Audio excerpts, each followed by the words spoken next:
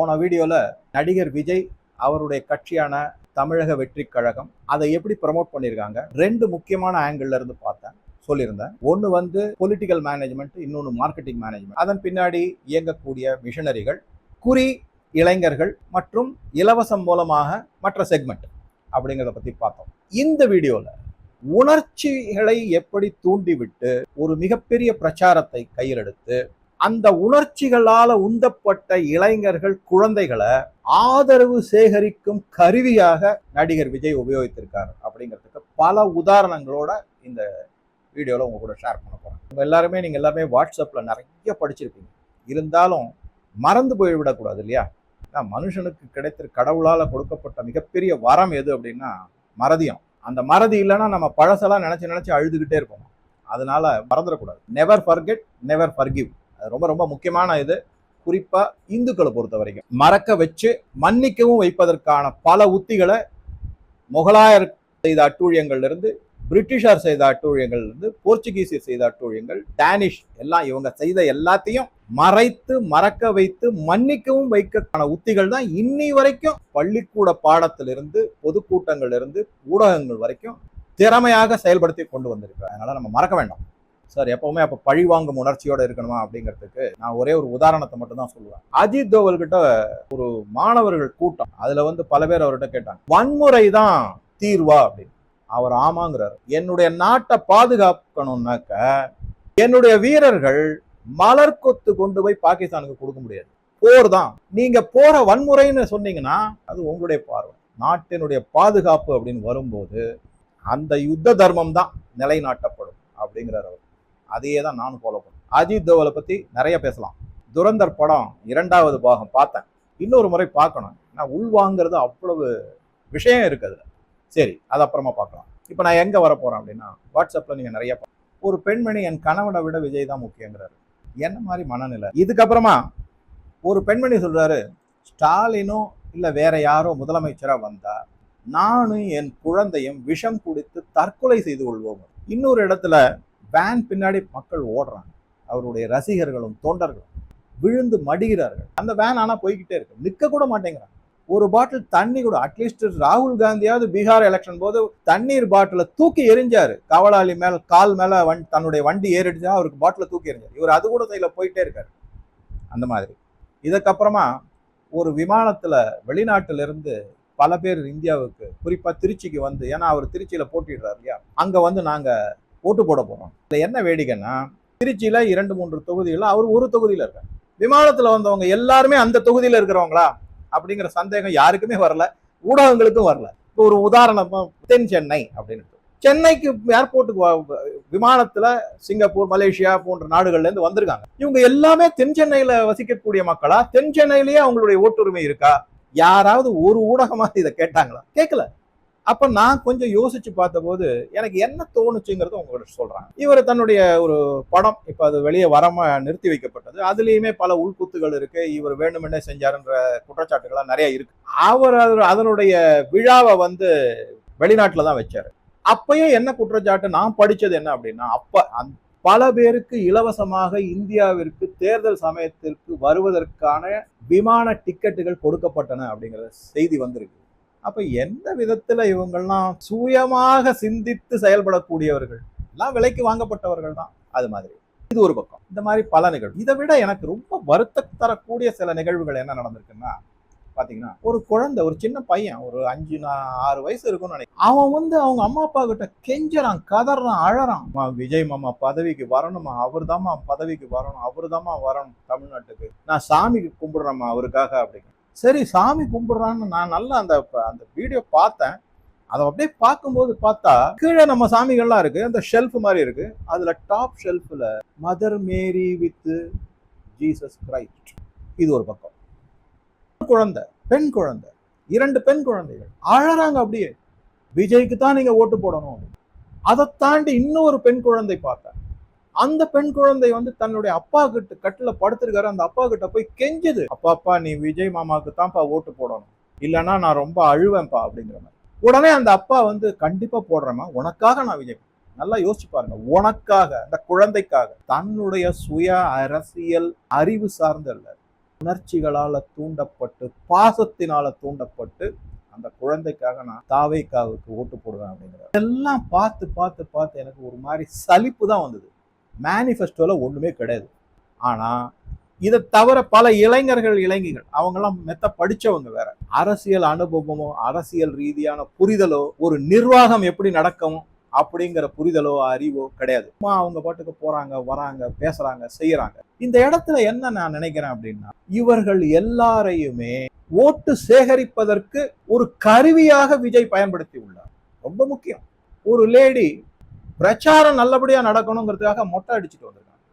வீட்டுல யார்கிட்டையும் கேட்கல. இன்னொரு பொண்ணு சொல்லுது, விஜய்னு நான் பச்சை குத்தி இருக்கேன், அதே மாதிரி விஜய்னு யாராவது அந்த பையனை தான் நான் கல்யாணம் பண்ணிப்பேன். என்னென்னமோ வீடியோஸ்லாம் வருது, என்னென்னமோ பதிவுகள்லாம் வருது. இதுக்கு ஒருபடி மேல போய் ஒரு 5 ஸ்டார் ஹோட்டல்ல விருந்து ஒண்ணு நடந்திருக்கு. அந்த விருந்துல ஒரு 100 பேர் வரைக்கும் விருந்துல கலந்துருக்காங்க. 80% பேர் நாங்க நடிகர் விஜய்க்கு தான் ஓட்டு போடுவோம் அப்படின்னு சொன்னதாக பதிவும் தகவல்களும் புகைப்படங்களும் வந்திருக்கு. ஒருத்தர் இன்னொரு பதிவு ஒண்ணு பார்த்தேன். திடீர்னு எங்க வீட்டுல ஒருத்தருக்கா ஐ திங்க் அது நாய் கடிச்சிருச்சுன்னு சொல்லி பதிவுன்னு நினைக்கிறாங்க. அதனால அவசரமா நாங்க ஹாஸ்பிட்டலுக்கு போனோம். அங்கேயே இருக்க வேண்டியதா போச்சு. அட்மிட் பண்ணிட்டு ஊசி எல்லாம் போட்டாங்க. நாய் கடிச்சதுன்னா ஊசி போட்டுட்டு வீட்டுக்கு அனுப்பிடுவாங்க. அதுக்கப்புறம் தொடர்ச்சியா ஊசி போடும். அட்மிட்லாம் பண்ண மாட்டாங்க. அந்த அளவுக்கு மோசமா இருந்ததாங்கிறது தெரியாது எனக்கு. அங்க தங்கி இருந்தாங்களாம். அவர் பதிவு போடுறாரு எப்படின்னா, நாங்க அங்க இருந்த ஒரு 20 டாக்டர், 20க்கும் மேற்பட்ட செவிலியர்கள், அவங்க கிட்ட எல்லாம் நாங்க கேட்டோம், எந்த ஹாஸ்பிட்டல்ல ஒரே நேரத்துல 20 டாக்டர் இருக்காங்க, அதுவும் ஒரே வார்டுல, ஒரே அட்மிஷன் ஆன ரூம்ல. எனக்கு தெரிஞ்சு நான் பார்த்தது ஒரு டாக்டர் வர்றதே 5 நிமிஷம் வருவாரு. அவர் தன்னுடைய அசிஸ்டன்ட்டை பார்த்து நோட் டவுன், டோ இட் அப்படின்னு போயிட்டே இருப்பாரு. 30 வினாடி ஒரு டாக்டர் பேஷண்ட் அட்டன் பண்ணா அதிசயம். இவர் 20 டாக்டர் கிட்ட நான் ஒப்பீனியன் போல் மாதிரி எடுத்தேங்கிற மாதிரி பதிவு போட்டு, அதை தவிர ஒரு 20-30 செவிலியர்கள் வேற பேசுறாங்க எங்கிட்ட. எல்லாருமே என்ன சொன்னாங்கன்னா, நாங்க விஜய்க்கு தான் ஓட்டு போட போறோம்னு சொல்லியிருக்காங்க. எனக்கு இதெல்லாம் பார்க்கும்போது நல்லா யோசிச்சு பாருங்க, எனக்கு புரியவே மாட்டேங்குது. நான் சொன்ன மாதிரி தென் சென்னையில, திருச்சியில ஒரே ஒரு தொகுதியில மட்டுமே அத்தனை பேரும் விமானத்துல இறங்கி ஓட்டு போட்டாங்களா? ஒரே நேரத்துல ஒரு ரூம்ல இருக்கிற ஒரு பேஷண்ட்டுக்கு 20 டாக்டர் வந்தாங்களா? 30 செவிலியர்கள் வந்தாங்களா? என்ன மாதிரி கதை இதெல்லாம்? ஒரு குழந்தை நான் ப்ரே பண்றேங்குது, பிள்ளையார் படம் இருக்கு, அதுக்கு மேல ஜீசஸ் கிரைஸ்ட். என்னங்க கதை இது? என்னங்க இதெல்லாம் நான் வச்சு பார்க்கும்போது, இந்த விஸ்காம் அப்படின்னு ஒரு படிப்பு இருக்கு இல்லைங்களா, அதுல நிறைய பேர் சேர்ந்து படிக்கிறாங்க இல்லையா, இந்த விஸ்காம் படிப்பை நடத்தக்கூடிய கல்லூரிகள் மீது ஒரு மிகப்பெரிய குற்றச்சாட்டு இருக்கு. அவங்க எல்லாருமே இந்த மிஷனரி சார்ந்து மற்றும் திராவிடம் சார்ந்த கொள்கைகளை ஊட்டி வளர்க்கப்பட்டு ஊடகங்கள் நிரப்பப்பட்டுள்ளார்கள் அப்படிங்கிற குற்றச்சாட்டு இன்னைக்கும் இருக்கு. உண்மை. அவங்கள வச்சு செய்யப்பட்ட இமேஜ், வீடியோ, பரப்புரை இதுதான். தானா சுய புத்தியோட சுதந்திரமா யார தெருவுல கேட்டாலும் நான் விஜய்க்கு தாங்க ஓட்டு போட்டேன். அப்ப தமிழ்நாட்டுல கிட்டத்தட்ட 85% ஓட்டுனர், 75% மக்கள் இவங்க சொல்றபடி எடுத்தா விஜய்க்கு ஓட்டு போட்டு. அப்ப 234 சீட்ல 233 சீட்டை அவர் ஜெயிச்சிருவாரா? போனா போது, அவர் முதலமைச்சரா முன்னால இருந்தாரு, அதனால ஸ்டாலின் மட்டும் ஜெயிக்க வச்சிருவோம்னு செஞ்சிருவாங்களா என்ன? கிறுக்குத்தனமா இருக்கு இதெல்லாம் பார்க்கும்போது. இது முக்கியமான விஷயம். இந்த மாதிரி வீடியோக்களையும் புகைப்படங்களையும் பதிவுகளையும் நான் பார்க்கும்போது எனக்கு ஒரு புன்முறுவலோட இந்த கிறிஸ்துவ மிஷனரிகள் நடத்தக்கூடிய பல பொதுக்கூட்டங்கள் சட்டுன்னு ஞாபகத்துக்கு இப்படின்னு துடிச்சுக்கிட்டு ஆடுவாங்க.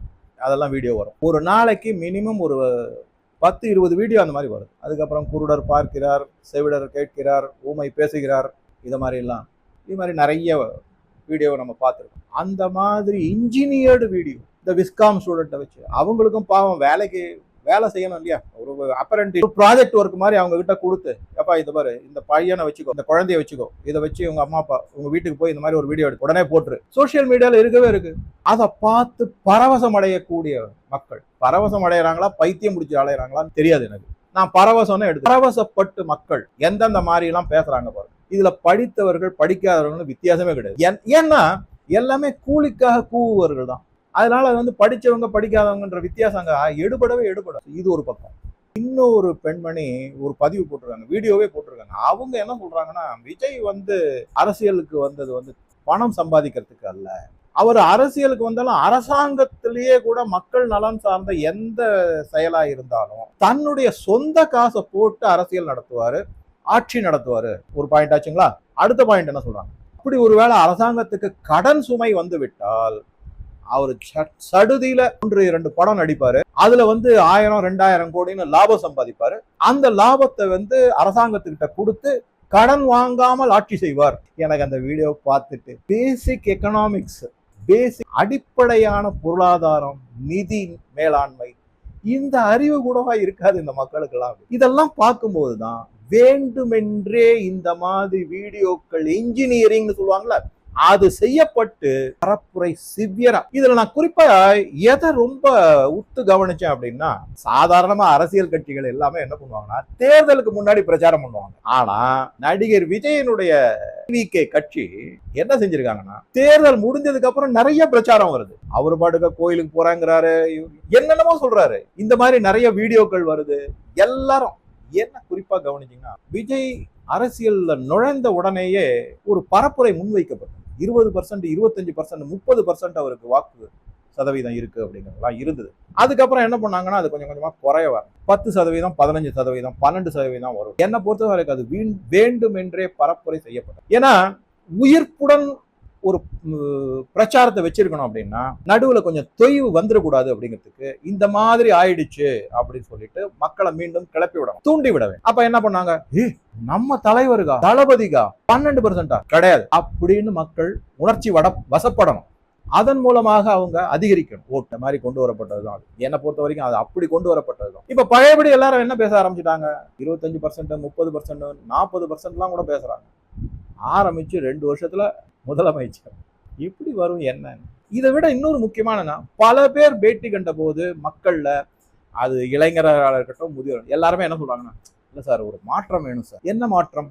ஏன் ஒரு நல்ல படித்த தன்னுடைய உண்மையாகவே பெரிய பதவியை விட்டு தமிழக மக்களுக்காக பாத யாத்திரை வேன்ல உட்காந்துக்கிட்டு, ஒன்னும் அதாவது இந்த ஏசி வேன்ல உட்காந்துக்கிட்டு ஜாலியா சொகுசா வாழ்க்கை நடத்துறது, காலார நடந்து, அதுவும் நடுவுல பாவம் அவர் ஒரு வாக்குறுதி வேற கொடுத்துட்டு செருப்பு போடாம வேற நடந்துட்டு இருந்தாரு பாவம் பல நாட்களுக்கு. வேற வழி இது தொடச்சுட்டு, ஆனா அதே உத்வேகத்தோட பிரச்சாரத்துல ஈடுபட்டு இருக்காரு.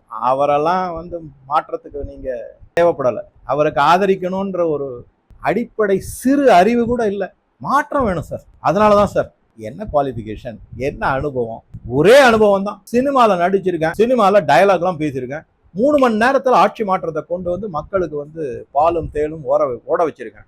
அதுதானே மாற்றம். சரி, சில பேருக்கு உங்களுக்கு தோணலாம் நான் கொஞ்சம் அதிகமா பேசுறேன்னு. இருக்கிற ஆதங்கத்துக்கும் சலிப்புக்கும் இது ரொம்ப கொஞ்சமா பேசியிருக்கேன்னு எடுத்துக்கோங்க தயவு செஞ்சு. பிரச்சார உத்திகள் இந்த இடத்துல, போன வீடியோல நான் சொன்னது பொலிட்டிக்கல் மேனேஜ்மெண்ட், மார்க்கெட்டிங் மேனேஜ்மெண்ட். இந்த இடத்துல என்ன அப்படின்னா, மார்க்கெட்டிங்லயே எமோஷனல் மார்க்கெட்டிங்னு ஒரு சப் டாபிக் இருக்கு. இது ஒரு சின்னதா நான் படிச்சதுனால அதை சொல்றேன். இந்தியாவில் விக்ஸ் வேப்பர் ரப், உங்க எல்லாருக்குமே தெரியும் விக்ஸ். அதை அறிமுகப்படுத்திய மார்க்கெட்டிங் குருன்னு சொல்லுவாங்க இந்தியாவில். அவர் எனக்கு ப்ரொஃபஸரா இருந்தார். அவர் பேரை சொல்றது எனக்கு ஒன்றும் தயக்கமும் கிடையாது. ப்ரொஃபஸர் நார்வேக்கர். அவர் எங்ககிட்ட பாடம் நடத்தும் போது என்ன சொன்னாருன்னா, விக்ஸை நாங்க எப்படி ப்ரமோட் பண்ணோம், எப்படி கொண்டு போய் மக்கள்கிட்ட சேர்த்தோம்னா உணர்ச்சிகளை தூண்டித்தான் அப்படிங்கிறார். ஒரு அம்மா ஜன்னல் வழியா பார்த்துக்கிட்டே இருப்பாங்களாம். அவங்களுடைய பையன் மழையில நனைஞ்சுக்கிட்டு வந்துகிட்டே இருக்காங்க. அவங்களுக்கு ஒரே பதபதப்பு, பதட்டம் எல்லாம் இருக்கு. வந்த உடனே தலையில துண்டை போட்டு தொடச்சி இடைச்சி எல்லாம் வீட்டுக்குள்ள வந்த உடனே எல்லாம் செய்யறாங்க. அவன் ரொம்ப அச்சுமுச்சுன்னு தும்புறான், கஷ்டப்படுறான் அப்படின்ன உடனே டக்குன்னு அவனை படுக்க வச்சு இவ்வளவு விக்ஸ் வேப்பர் அப்படி வழித்து எடுத்து தடவுறாங்க. 5 நிமிஷத்துல அந்த பையன் பிரமாதமா மூச்சு விடுறான். அதுல கிராபிக்ஸ்ல அந்த ஆரோ மூக்கு வழியா வெளியே போறது இதெல்லாம். அப்ப 2 பேரும் கட்டி அணைச்சுக்கிறாங்க. அந்த சமயத்துல அந்த அம்மாவுக்கு உடனடியாக தன்னுடைய கணவருடைய ஞாபகம் வரும். அவரும் இதே மாதிரி மழையில நனைஞ்சிட்டு வராரு. அந்த மாதிரி மழையில நனைஞ்சிட்டு வந்தோடனே அவருக்கு பையனுக்கு எந்த அளவுக்கு விக்ஸ் எடுத்து தடவினாங்களோ அதை மாதிரி 3 மடங்கு விக்ஸ் எடுத்து தடவுறாங்க நெஞ்சிலெல்லாம். அவரும் இதே மாதிரி கிராபிக்ஸ் மூலமாக மூச்சு விடுவது எல்லாமே, அவர் உடல் நலம் சரியாவது எல்லாம் குதூகலமாக அந்த 3 பேரும் சேர்ந்து ஒரு மாதிரி டான்ஸ் ஆடுவார். இது ஒரு விளம்பர படம் விக்ஸுக்காக. அது அவருடைய கான்செப்ட். அது இதை வச்சோம், சூப்பர் சக்சஸ் சார். ஆனா விக்ஸ்ல ஜலதோஷத்தை குணப்படுத்துவதற்கான எந்த மருந்தும் கிடையாது. அதுக்கு பேரு லோக்கல் இரிட்டன்ட் அப்படின்னு ஒண்ணு இருக்கும், மென்தால்னு. அதை வச்சிங்கன்னா உங்களுக்கு மேலால ஒரு எரிச்சல் மாதிரி ஒண்ணு வரும். அது உள்ள இருக்கிறத அமுக்கி விடும். ஆனா அதன் உணர்ச்சிகள் தூண்டுவதன் மூலமாக அந்த விக்ஸ் மிகப்பெரிய சக்சஸா ஆச்சு அப்படின்னு எங்களுக்கு பாடம் எடுத்தாரு. நான் இன்னைக்கு 1991 நான் பாஸ் பண்ணேன். கிட்டத்தட்ட 34 வருடம், 35 வருடத்துக்கு அப்புறம் இன்னும் ஞாபகம் வச்சிருக்காரு. இந்த மாதிரி தான் மார்க்கெட்டிங். உணர்ச்சிகள் தான் ரொம்ப ரொம்ப முக்கியம். அதை சரியான நேரத்துல டச் த ரைட் கார்டு அப்படின்னுவாங்க. அதை மட்டும் பண்ணிட்டாங்கன்னா மார்க்கெட்டிங் சக்சஸ் தான். இந்த இடத்துல குறிப்பா ஜென் இசட்னுடைய உணர்ச்சிகளை பலவிதமான நேரேட்டிவ்ஸ்னு சொல்லக்கூடியது எல்லாத்தையும் வச்சு அதன் மூலமாக நடிகர் விஜய் இந்த ஜென் இசட ஒரு மயக்க நிலை, ஒரு பரவச நிலை, ஒரு பைத்தியம் பிடித்த நிலையில கொண்டு வந்து தள்ளிட்டாரு. இது ஜென் இசட் மட்டுமல்லாம கீழே இருக்கிற குழந்தைகள் அளவுக்கு வந்து விட்டது. அந்த குழந்தைகள்லாம் ஒரு மாதிரியான மனநிலையில இருக்காங்க. அதனுடைய தாக்கம் என்ன அப்படிங்கிறத என்னுடைய 35 வருட மாணவ மாணவிகளோடு பழகிய அனுபவத்தை வச்சு நான் தெரிந்து கொண்ட சில உண்மைகளை வச்சு அடுத்த வீடியோல உங்க கூட ஷேர் பண்றேன். தயவு செஞ்சு எல்லா வீடியோவும் ஒன்னா பாருங்க, பல பேர்கிட்ட எடுத்து சொல்லுங்க. என்னுடைய ஒரே இது என்னன்னா, நான் இதை ஒரு 2 நாளைக்கு முன்னாடில இருந்து ரெக்கார்ட் பண்ணியிருக்கேன். எக்ஸிட் போல் வந்து அதை பத்தி அதுல என்னென்ன வரப்போகுது என்னங்கிறது தெரியாது, பத்தி பார்க்கணும். ஸோ உங்க கருத்துக்களை பதிவிடவும் நன்றி.